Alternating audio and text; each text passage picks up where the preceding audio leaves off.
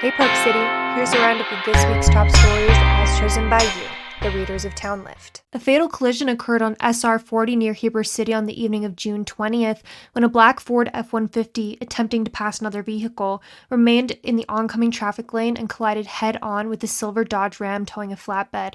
The 39-year-old driver of the F-150 was killed, and the driver and passenger of the Dodge Ram sustained non-life-threatening injuries and were hospitalized. The Commission on Presidential Debates announced earlier this week that it has canceled the 2024 debates originally scheduled for September and October at 4 university sites, including the University of Utah. President Joe Biden and Donald Trump will now participate in only 2 debates during the 2024 presidential election, one on CNN in Atlanta on June 27th and another at ABC News Studios on September 10th. Leitner Poma of America opened a new SkyTrack manufacturing facility in Tooele on June 21st.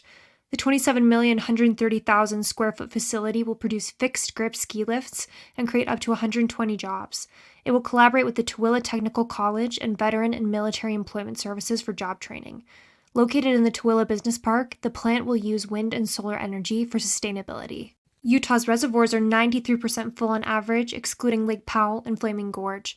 Recent high temperatures have even caused some reservoirs, like State Line at 117% capacity, to overflow.